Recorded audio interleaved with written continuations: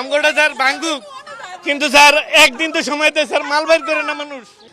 তুমি তুমি কেমনে দিবা ঋণ ভাই? তুমি কিভাবে দিবা ঋণ? কিভাবে দিবা? তোমার সব পাশে কেন দাঁড়াইবো? তোমার তো কেউ নাই। ওই সাইডে কি গাঞ্জা বলছে আমরা জানি না, ঠিক আছে? আমরা সবাই জানি মাল সামানা সব শেষ, কিচ্ছু বাইর করতে পারি না, কিচ্ছু বাইর করতে পারি না। এখন এগুলো মানুষগুলো কই যাবে বলেন? একটা রাজ্যে থাকবে মানুষগুলা, এরকম তো থাকার কোনো জায়গাই নাই। দেখেন অবস্থাগুলা, এই যে আমার আড়ুটার ভিতরে বাড়ি দিয়েছে, আমি মনে হয় যে আড়ুটা আমি আটতে পারতেছি না। প্রথম দিকে ভালোভাবেই শুরু হয়, একটা পর্যায়ে এখানে স্থানীয় লোকজন যারা আছে তারা মনে করতেছে এই স্থাপনা ভাঙ্গার ফলে ক্ষতিগ্রস্ত, তাদের প্রতি একটা প্রতিরোধের চেষ্টা করছে এবং একটা পর্যায়ে পুলিশকে বা নির্বাহী ম্যাজিস্ট্রেট যারা ছিলেন যারা উচ্ছেদের কার্যক্রম তাদেরকে বাধা প্রদান করছে। মধ্যাহ্নভোজের পর আমরা রিইনফোর্সমেন্টও করেছি, অতিরিক্ত ফোর্স এখানে নিয়ে এসেছি। এখন মধ্যাহ্নভোজের পর থেকে এখন কার্যক্রম যেটা আছে চলমান আছে, এটা ভালোভাবে আছে।